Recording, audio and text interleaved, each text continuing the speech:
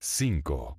Forasteros de más allá de los mares. Los toltecas dejaron Toyan, en el 987 después de Cristo, bajo el liderazgo de Topilzin-Quetzalcóatl, molestos con las abominaciones religiosas y buscando un lugar donde poder dar culto como en los días de antaño.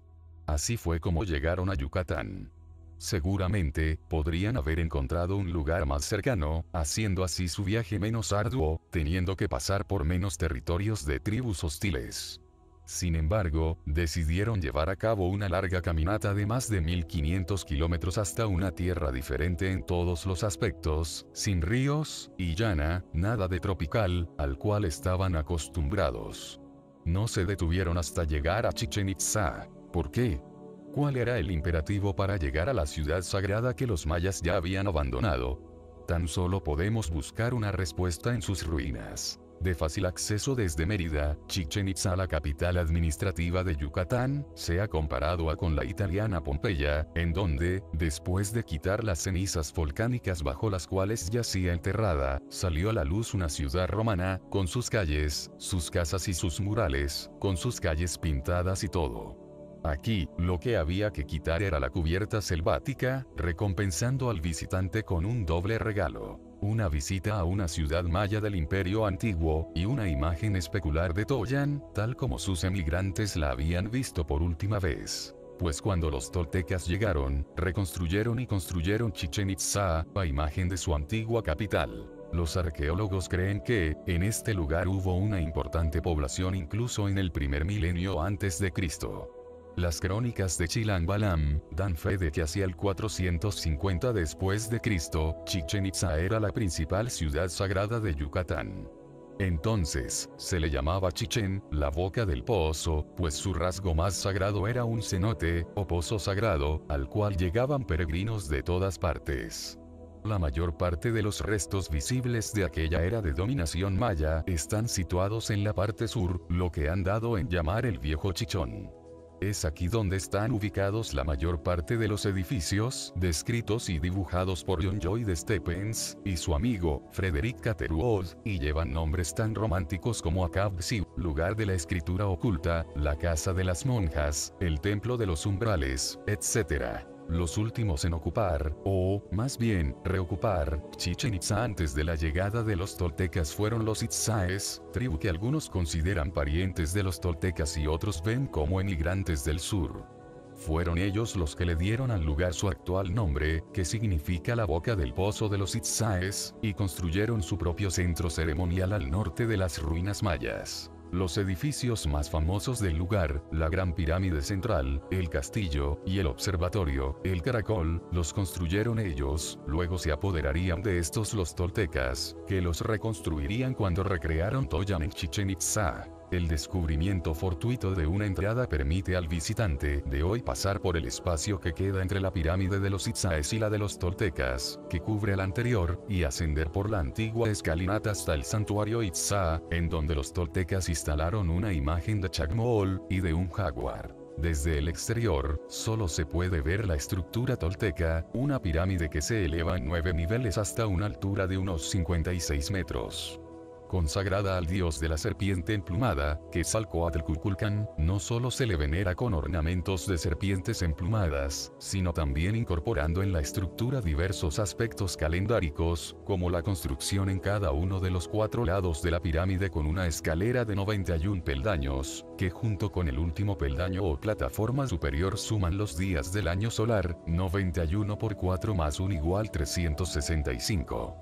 Otra estructura, llamada el Templo de los Guerreros, duplica literalmente la pirámide de los Atlantes de Tula, tanto por su ubicación y orientación como por su escalinata, las serpientes emplumadas de piedra que la flanquean, su decoración y sus esculturas. Al igual que en Tula, Toyan, frente a esta pirámide templo, al otro lado de la gran plaza, está el principal juego de pelota. Es una inmensa cancha rectangular de casi 190 metros de larga, la más grande de América Central.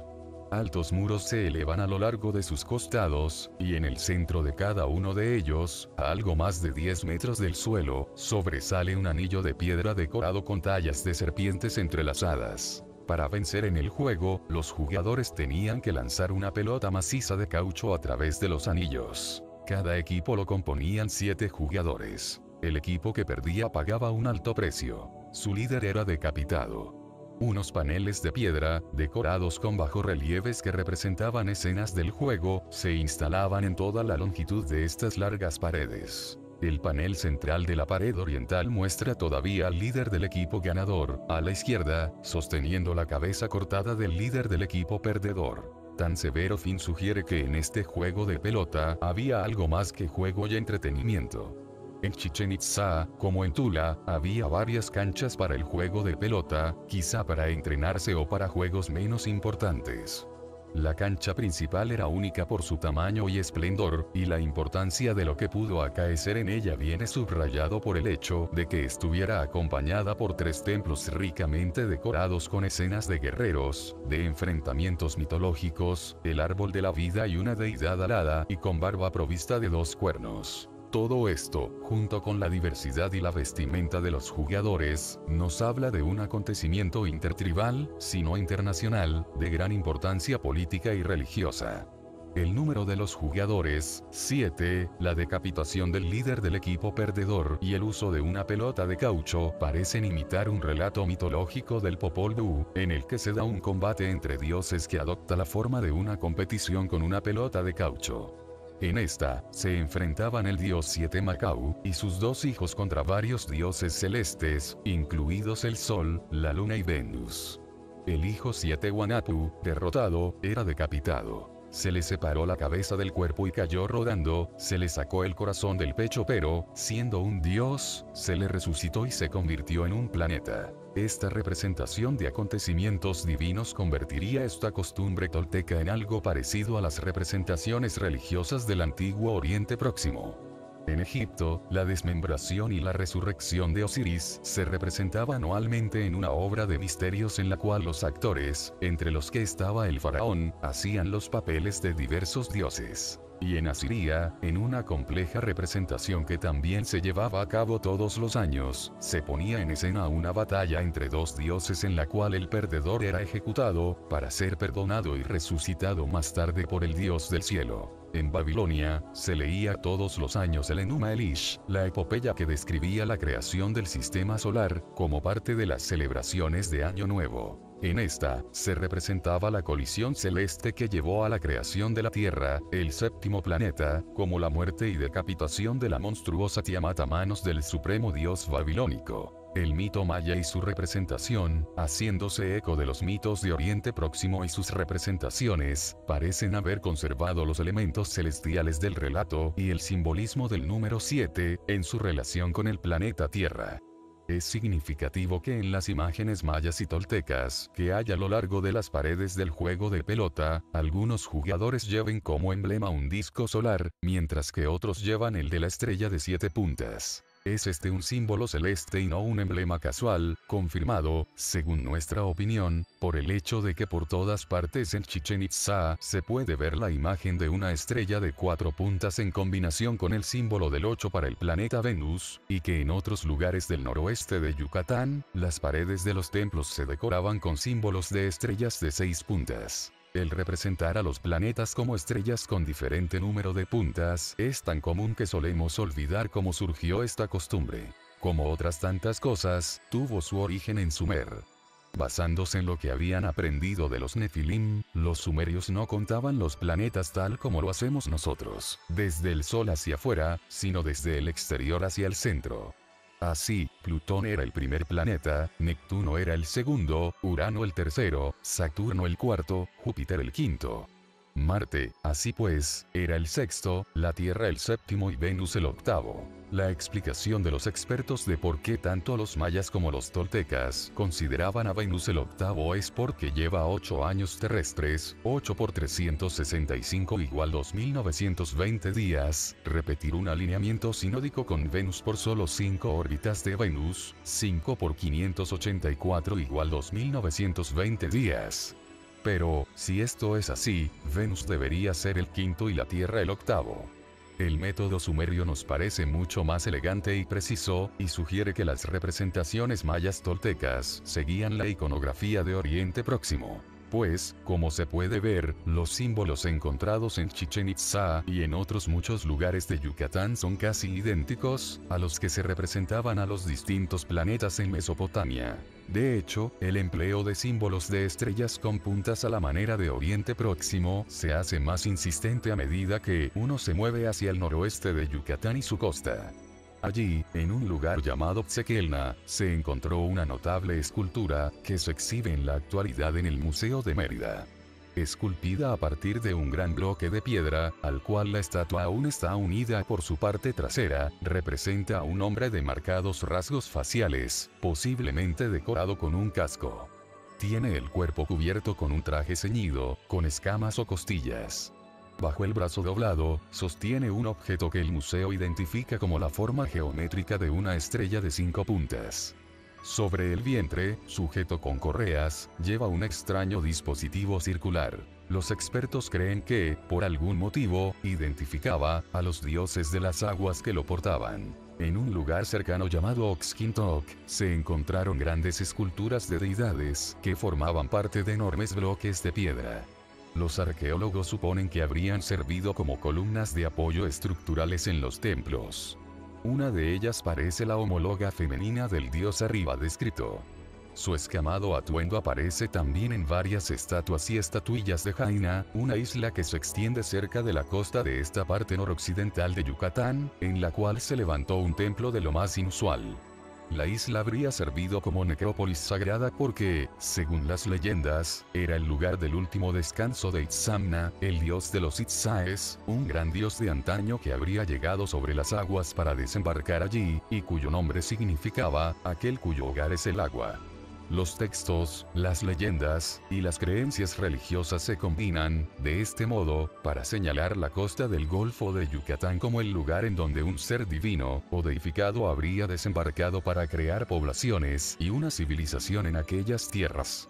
Esta potente combinación, estos recuerdos colectivos, debieron de ser el motivo que impulsó a los toltecas a emprender el camino hasta este rincón de Yucatán, y concretamente hasta Chichén Itzá, cuando emigraron en busca de una reactivación y una purificación de sus creencias originales. Un regreso al lugar en donde todo había comenzado, y en donde tendría que desembarcar de nuevo aquel dios que había dicho que volvería desde el otro lado del mar. El punto focal del culto de Itzamna, y de Quetzalcóatl, y quizá también de los recuerdos de Wotan, era el cenote sagrado de Chichén Itzá, el enorme pozo que le había dado su nombre a Chichén Itzá. Situado directamente al norte de la pirámide principal y conectado con la plaza ceremonial por medio de una larga avenida procesional, el pozo tiene en la actualidad algo más de 20 metros de profundidad entre la superficie y el nivel del agua, con otros 30 metros más o menos de agua y barro blando en el fondo del agua. La boca del cenote, de forma oval, mide alrededor de 87 metros de largo y 52 metros de ancho. Existen evidencias de que el pozo se agrandó artificialmente, y de que en otro tiempo, hubo una escalinata que llevaba hacia abajo. Aún se pueden ver los restos de una plataforma y un santuario en la boca del pozo. Allí, según escribe el obispo Landa, se llevaban a cabo ritos para honrar al dios del agua y las lluvias, se arrojaba a doncellas en sacrificio y los fieles que se apiñaban alrededor echaban ofrendas preciosas, preferiblemente de oro. En 1885, Edward Herbert Thompson, que se había ganado una gran reputación por ser el autor del tratado titulado Atlantis no es un mito, consiguió que se le asignara un consulado de los Estados Unidos en México. No pasó mucho tiempo antes de que comprara, por $75, más de 250 kilómetros cuadrados de selva, en donde se encontraban las ruinas de Chichén Itzá. Haciendo de aquellas ruinas su hogar, Edward Herbert Thompson organizó para el Museo Peabody de la Universidad de Harvard una serie de inmersiones sistemáticas en el pozo con el objetivo de recuperar sus sagradas ofrendas. Solo se encontraron alrededor de 40 esqueletos humanos, pero los buzos sacaron miles de ricos objetos artísticos. Más de 3.400 estaban hechos de jade, una piedra semipreciosa que era la más apreciada por mayas y aztecas. Entre los objetos había cuentas, varillas nasales, tapones para los oídos, botones, anillos, pendientes, globos, discos, estatuillas, figurines. Más de 500 objetos llevaban grabados en los que se representaba tanto a animales como a personas. Entre estos últimos, algunos llevaban una visible barba, con un aspecto muy parecido al de las paredes del templo del juego de pelota. Aún más significativos eran los objetos de metal que sacaron los buzos. Centenares de ellos estaban hechos de oro, y algunos de plata y de cobre, descubrimientos muy llamativos, dada la escasez de metales en la península.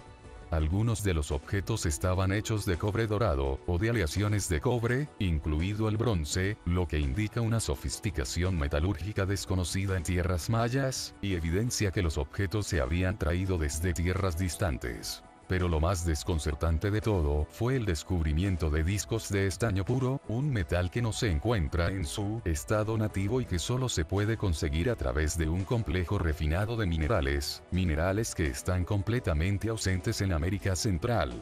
Entre los objetos de metal, exquisitamente trabajados, había numerosas campanas así como objetos rituales, copas, lavamanos, anillos, tiaras, máscaras, ornamentos y joyas, cetros, objetos de propósito desconocido. Y, lo más importante de todo, discos grabados o estampados con escenas de enfrentamientos. En estas, personas con diferentes atuendos y de rasgos diferentes se enfrentaban entre sí, quizás en combate, en presencia de serpientes terrestres o celestes, o de dioses celestes. El dominante o héroe victorioso se representaba siempre con barba. Es evidente que estos no eran dioses, pues a los dioses celestes o serpientes se les mostraba por separado. Su aspecto, diferente del dios celeste alado y con barba, aparece en relieves grabados en paredes y columnas de Chichén Itzá junto con otros héroes y guerreros, como uno, con su larga y fina barba, que alguien apodó el tío Sam. La identidad de esta gente con barba es un enigma. Lo que es seguro es que no eran indígenas nativos, puesto que no les crecía el vello facial y, por lo tanto, no podían tener barba. Entonces, ¿quiénes eran estos forasteros? Sus rasgos semitas, o más bien mediterráneo-orientales, aún más destacados en los objetos de arcilla que llevan imágenes faciales, han llevado a varios investigadores a identificarlos como fenicios o marinos judíos, que quizás perdieron el rumbo y fueron llevados por las corrientes atlánticas hasta las costas de Yucatán, cuando el rey Salomón y el rey fenicio Irán juntaron sus fuerzas para enviar expediciones marítimas a circundar África en busca de oro, hacia el 1000 a.C. O unos cuantos siglos después, cuando los fenicios fueron ahuyentados de sus ciudades portuarias en el Mediterráneo oriental, fundaron Cartago y navegaron hasta África occidental. A despecho de quienes pudieran haber sido esos marinos y el momento propuesto de la travesía, los investigadores académicos más conservadores desechan radicalmente cualquier idea de una travesía deliberada. Explican las innegables barbas como barbas postizas, que los indígenas se pegaban en la barbilla, o bien dicen que se trata de supervivientes ocasionales de algún naufragio. Claro está que el primer argumento, propuesto con toda seriedad por famosos expertos, no hace más que llevar a esta pregunta. Si los indígenas imitaban a alguna persona barbada, ¿de quién o quiénes se trataba? Tampoco parece válida la explicación que afirma que se trata de unos cuantos supervivientes de naufragios. Las tradiciones nativas, al igual que la leyenda de Wotan, nos hablan de viajes repetidos de exploración seguidos por asentamientos, la fundación de ciudades. Las evidencias arqueológicas contradicen la idea de unos cuantos supervivientes ocasionales arrojados a una playa singular. A los barbados, a los que se les ve en diversas actividades y circunstancias, se les ha representado a lo largo de toda la costa del Golfo de México, en localidades del interior y hasta en la costa del Pacífico. Y no se les representa estilizados, ni mitificados, sino retratados como gente real. Algunos de los más sorprendentes ejemplos se han encontrado en Veracruz. La gente a la que inmortalizaron eran claramente idénticos a los dignatarios semitas occidentales a los que tomaban como prisioneros los faraones egipcios durante sus campañas asiáticas, tal como los representaron los vencedores en sus inscripciones conmemorativas de las paredes de los templos. ¿Por qué, y cuándo, estos marinos mediterráneos llegaron a América? Las pistas arqueológicas son desconcertantes, pues llevan a un enigma aún mayor: los olmecas, y sus aparentes orígenes negros africanos. Pues, como se ve en muchas representaciones encontradas en la ciudad de Alvarado en Veracruz, los barbados y los olmecas se encontraron, cara a cara, en los mismos dominios y en la misma época. De todas las civilizaciones perdidas de América Central, la de los Olmecas es la más antigua y la más desconcertante. A todos los efectos, fue la civilización madre, la que todos copiaron y adaptaron. Apareció a lo largo de la costa del Golfo de México a comienzos del segundo milenio antes de Cristo, estaba en pleno florecimiento en alrededor de 40 lugares hacia el 1200 antes de Cristo, algunos sostienen que hacia el 1500 antes de Cristo, y difundiéndose en todas direcciones, pero principalmente hacia el sur, dejó su huella por toda América Central hacia el 800 antes de Cristo. La primera escritura en glifos de Centroamérica aparece en el reino de los Olmecas. Y lo mismo se puede decir del sistema numérico de puntos y barras. Las primeras inscripciones del calendario de la cuenta larga, con la enigmática fecha de comienzo en 3113 a.C.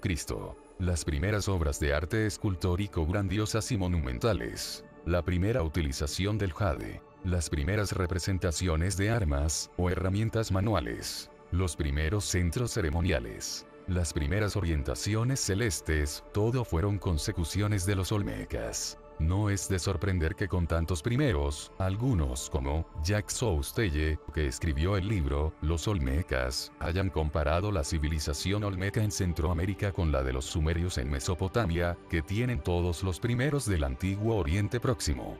Y, al igual que la civilización sumeria, los olmecas también aparecieron de repente, sin ningún precedente o periodo previo de avance gradual. En sus textos, los sumerios describían su civilización como un regalo de los dioses, los visitantes a la tierra que surcaban los cielos, y de ahí, que se les representara como seres alados. Los olmecas expresaron sus mitos en el arte escultórico, como en la estela de Izapa, en la que un dios alado decapita a otro.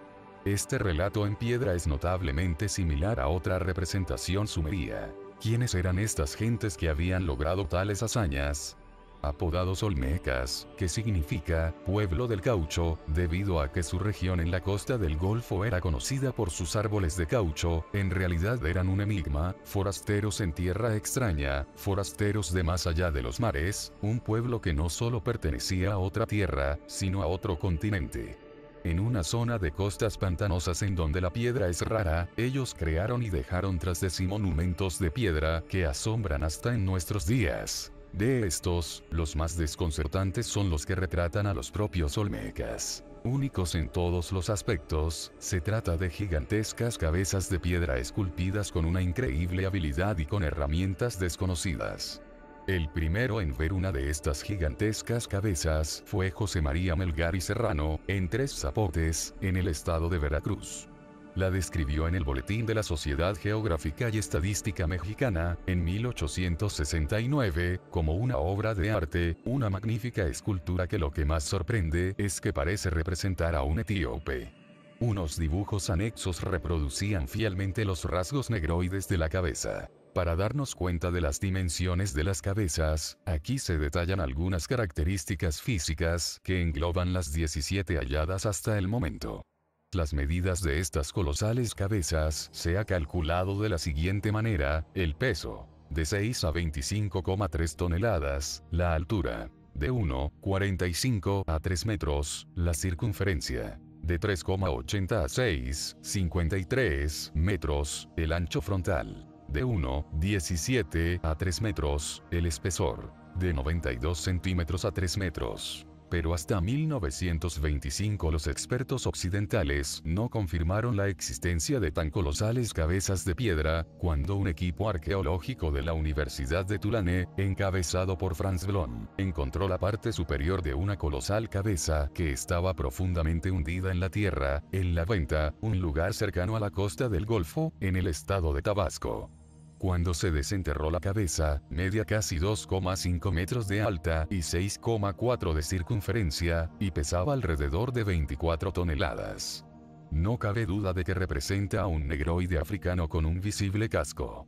Con el tiempo, en La Venta se encontrarían más cabezas, cada una con sus diferencias individuales y con cascos diferentes, pero con los mismos rasgos faciales. Otras 5 de estas colosales cabezas se encontraron en la década de 1940, en San Lorenzo, un asentamiento olmeca, a casi 100 kilómetros de La Venta.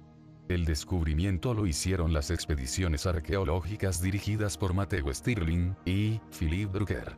Y los equipos de la Universidad de Yale que les siguieron, liderados por Michael Douglas Coe, descubrieron más cabezas e hicieron lecturas de radiocarbono que dieron fechas en torno al 1200 a.C. Esto significa que la materia orgánica, en su mayor parte, carbón, encontrada en aquel lugar, tenía aquella antigüedad. Pero el lugar mismo y sus monumentos bien podrían ser más antiguos. De hecho, el arqueólogo mexicano Ignacio Bernal, que descubrió otra cabeza en Tres Zapotes, data estas colosales esculturas hacia el 1500 a.C. Hasta ahora se han encontrado 17 de estas enormes cabezas, que miden entre 1,5 metros y 3 metros de altura, y llegan a pesar hasta 25 toneladas. Quien quiera que las esculpiera estuvo a punto de esculpir algunas más, pues, junto a las cabezas terminadas, se ha encontrado gran cantidad de material crudo, grandes piedras que se habían extraído ya de la cantera y se habían redondeado hasta darle la forma de una pelota. Las piedras de basalto, terminadas y sin terminar, se llevaron desde su origen hasta lugares en donde no existe la piedra, recorriendo distancias de 100 kilómetros o más, a través de selvas y pantanos. Cómo se extrajeron estos colosales bloques de piedra, cómo se transportaron, y por último, cómo se esculpieron y se colocaron en el lugar de destino, todo sigue siendo un misterio. Sin embargo, está claro que para los olmecas era muy importante conmemorar a sus líderes de esta manera.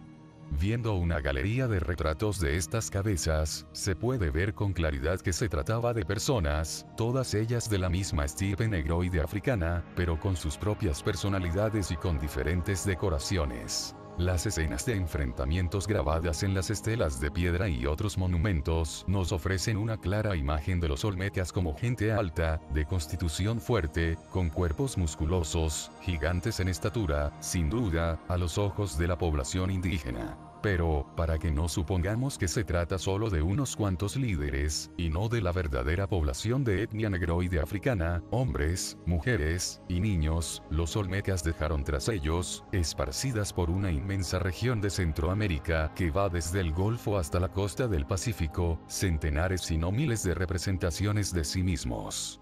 En esculturas, en grabados en piedra, en bajorrelieves, estatuillas, siempre vemos las mismas caras de negro africano, como en los jades del cenote sagrado de Chichén Itzá, o en las estatuillas de oro encontradas allí. En numerosas terracotas enconadas desde la isla de Jaina, una pareja de enamorados, hasta el centro y el norte de México, e incluso como jugadores de pelota, que se encuentran en los relieves del Tajín.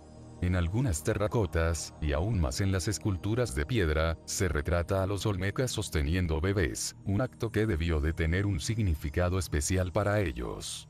Pero no son menos intrigantes los asentamientos, en donde se encontraron las colosales cabezas y otras representaciones de los olmecas. Su tamaño, magnitud y estructuras dejan ver la obra de unos colonizadores organizados, no la de unos cuantos náufragos fortuitos. La Venta era en realidad una pequeña isla en una pantanosa región costera, que fue artificialmente conformada, rellenada de tierra y construida según un plan preconcebido.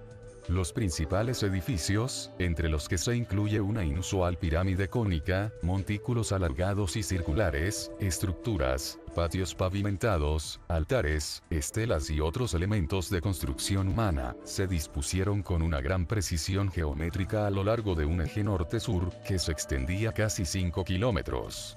En un lugar carente de piedra, se utilizó una sorprendente variedad de esta, cada una elegida por sus cualidades especiales, en la construcción de estructuras, monumentos y estelas, a pesar de que hubo que trasladarlas desde grandes distancias.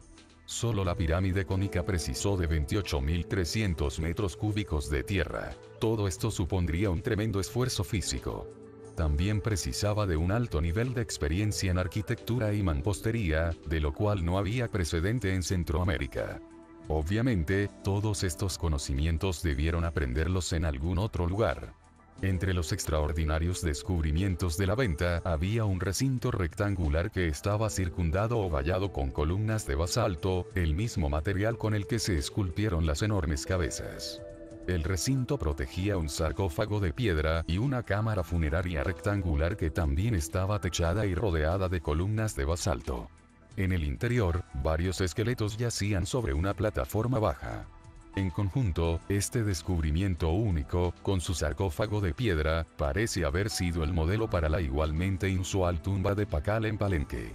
Al menos, la insistencia en el empleo de grandes bloques de piedra, aun cuando tuvieran que ser traídos desde tan lejos, para monumentos, esculturas conmemorativas y enterramientos, debería servir de pista sobre el enigmático origen de los olmecas. No menos desconcertante fue el descubrimiento en la venta de centenares de objetos artísticamente tallados del poco común jade, incluidas unas extrañas hachas elaboradas con esta piedra semipreciosa, que no se puede encontrar en la zona.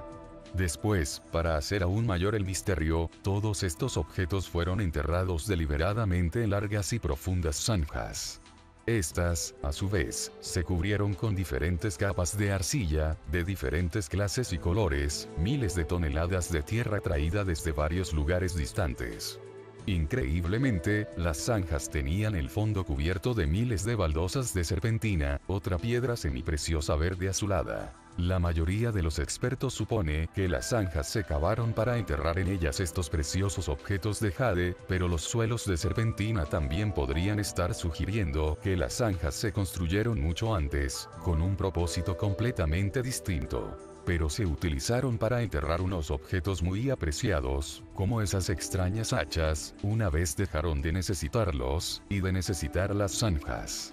No existen dudas de que los olmecas abandonaron sus asentamientos hacia los comienzos de la era cristiana, y que incluso intentaron enterrar algunas de sus colosales cabezas.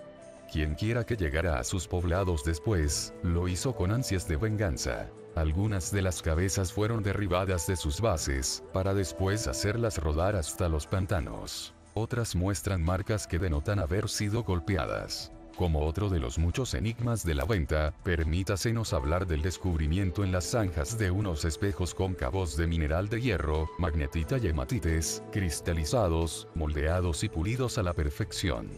Después de estudiarlos y de hacer algunos experimentos, los expertos del Instituto Smithsoniano de Washington, D.C., llegaron a la conclusión de que los espejos pudieron ser utilizados para enfocar los rayos del sol, para encender fuego, o con propósitos rituales. Esa es la forma que tienen los expertos de decir que no saben para qué servía un objeto. El enigma final en la venta es el lugar en sí mismo, pues está exactamente orientado según un eje norte-sur, con 8 de inclinación al oeste del verdadero norte. En diversos estudios se ha demostrado que esta orientación fue premeditada, con el objetivo de permitir la observación astronómica, quizá desde la cúspide de la pirámide cónica, cuyas prominencias podrían haber servido como indicadores direccionales. En un estudio especial hecho por de Marion Popenoeach, titulado Documentos sobre la arqueología olmeca y maya número 13, por la Universidad de California, se llegó a la conclusión de que el patrón de observación hecho en la venta hacia el 1000 a.C. habría que remontarlo a un cuerpo de conocimientos desarrollado un milenio antes, el asentamiento de la venta y su arte del 1000 a.C. Parecen reflejar una tradición basada en gran parte en los tránsitos de estrellas sobre el meridiano que tuvieron lugar en los solsticios y los equinoccios de alrededor del 2000 a.C. Unos inicios en el 2000 a.C. harían de la venta el centro sagrado más antiguo de Centroamérica, precediendo a Teotihuacán, salvo por la época legendaria en que solo los dioses moraban allí. Aún así, puede que no sea esa la verdadera fecha en que los olmecas llegaron allí tras cruzar los mares, pues su cuenta larga comienza en el 3113 a.C., pero sí indica en qué medida se adelantaron a civilizaciones más famosas, como los mayas o los aztecas. En Tres Zapotes, cuya fase previa sitúan los arqueólogos entre 1500 y 1200 a.C., se pueden ver, esparcidas por el lugar, construcciones de piedra, aunque la piedra es rara aquí, terrazas, escalinatas y montículos. Se han localizado al menos otros 8 lugares en un radio de 24 kilómetros desde Tres Zapotes, lo que nos sugiere que debió de ser un gran centro rodeado de poblaciones principales. Además de las cabezas y de otros monumentos escultóricos, también se desenterraron gran cantidad de estelas. Una de ellas, Estela C, lleva la fecha de cuenta larga del 7, 16, 6, 16, 18, que equivale al 31 a.C., confirmando la presencia de los olmecas en este lugar en aquella época. En San Lorenzo, las ruinas olmecas están compuestas por estructuras, montículos y terraplenes, entremezclados con estanques artificiales. La parte central de este lugar se construyó sobre una plataforma de fabricación humana de alrededor de 2 kilómetros cuadrados, que fue elevada unos 56 metros por encima del terreno circundante, una proeza que empequeñece muchas obras modernas. Los arqueólogos descubrieron que los estanques estaban interconectados a través de un sistema de conductos subterráneos cuyo significado o función resultan aún desconocidos. Podríamos proseguir largamente con la descripción de lugares olmecas. Hasta el momento, se han descubierto alrededor de 40. En todas partes, además del arte monumental y de los edificios de piedra, hay montículos por docenas y otras evidencias de movimientos de tierra deliberados. Sin embargo, las obras de albañilería, los terraplenes, las zanjas, los estanques, los conductos y los espejos debieron de haber tenido algún sentido, aun cuando los expertos modernos no alcancen a comprenderlo, así como la simple presencia de los olmecas en América Central, a menos que uno suscriba la teoría de los supervivientes de un naufragio, cosa que nosotros no vamos a hacer. Los historiadores aztecas describieron a los olmecas como los remanentes de un antiguo pueblo, no de unas cuantas personas, que no hablaban náhuatl, que crearon la civilización más antigua de México. Las evidencias arqueológicas apoyan la idea y demuestran que, desde una base o área metropolitana que lindaría con el Golfo de México, en donde La Venta, Tres Zapotes y San Lorenzo conformarían un triángulo central, la zona de asentamientos e influencia olmecas cruza por el sur hacia la costa del Pacífico de México y Guatemala. Expertos en terraplenes, maestros de la albañilería, excavadores de zanjas, canalizadores de aguas, fabricantes de espejos, así dotados, ¿qué estaban haciendo los olmecas en Centroamérica?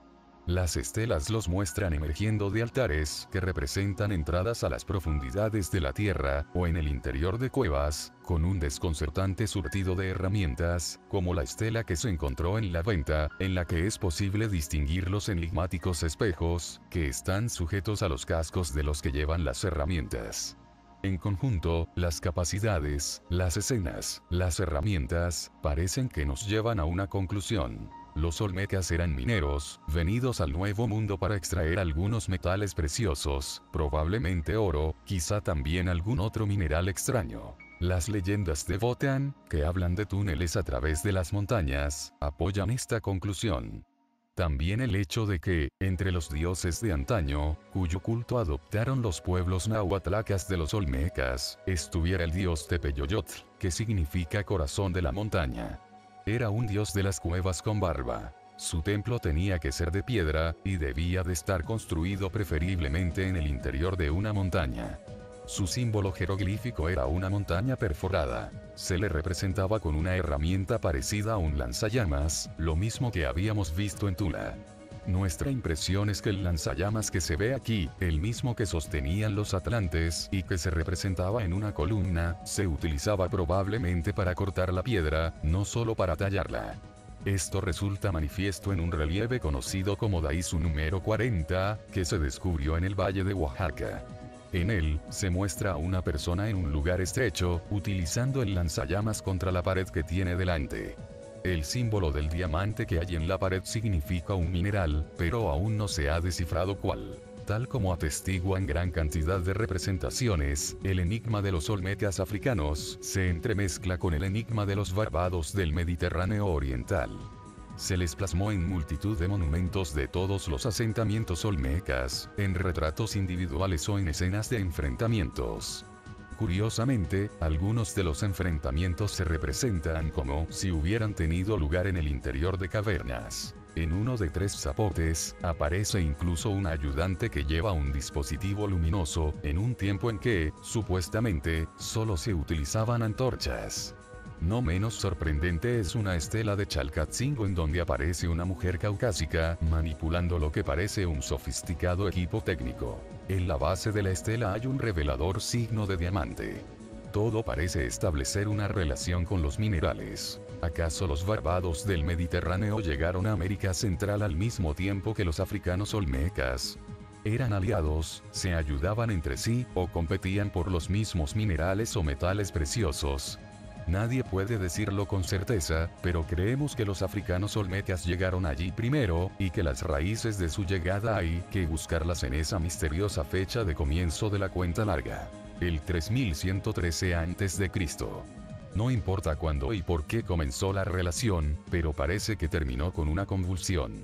Los expertos se preguntan por qué en muchos asentamientos olmecas existen evidencias de una destrucción deliberada, monumentos deformados, incluidas las colosales cabezas, objetos rotos, monumentos derribados, todo ello con vehemencia, como si de una venganza se tratara. Y no parece que toda esta destrucción tuviera lugar de una vez. Parece como si los poblados olmecas se hubieran ido abandonando gradualmente, primero el centro metropolitano más antiguo, cercano al Golfo, hacia el 300 a.C., para más tarde ir abandonando los lugares más al sur. Hemos visto la evidencia de una fecha equivalente al 31 a.C. en tres zapotes, que sugiere que el proceso de abandono de los centros olmecas, seguido por la vengativa destrucción, pudo durar varios siglos, a medida que los olmecas iban cediendo terreno y retirándose hacia el sur. Las imágenes de este turbulento periodo y de esa zona meridional de los dominios olmecas los muestran cada vez más como guerreros, con máscaras aterradoras de águila o de jaguar. En uno de estos grabados en la roca de las regiones meridionales se ve a tres guerreros olmecas, dos de ellos con máscaras de águila, con lanzas en las manos. En la escena se puede ver también a un cautivo desnudo y con barba. Lo que no queda claro es si los guerreros están amenazando al cautivo, o lo están salvando. Lo cual deja sin aclarar esta intrigante pregunta. ¿Estaban en el mismo bando los negroides olmecas y los barbados del Mediterráneo Oriental cuando aquellos tiempos turbulentos hicieron añicos la primera civilización de América Central? Al menos, parece que compartieron el mismo destino. En uno de los asentamientos más interesantes que hay cerca de la costa del Pacífico, en Monte Albán, levantado sobre un inmenso surtido de plataformas de fabricación humana y con extrañas estructuras construidas con fines astronómicos, existen docenas de losas, esculpidas en un muro conmemorativo, que llevan las imágenes grabadas de estos negroides africanos en posiciones un tanto retorcidas. Durante mucho tiempo, se les llamó danzantes, pero los expertos coinciden ahora en que representan los cuerpos mutilados y desnudos de olmecas, supuestamente muertos durante alguna sublevación violenta de los indígenas de la zona. Entre estos cuerpos, se puede ver también el de un hombre con barba y una nariz semita, que, como es obvio, compartió el mismo destino de los olmecas. Se cree que Monte Albán se pobló hacia el 1500 a.C. y que fue un centro importante desde el 500 a.C.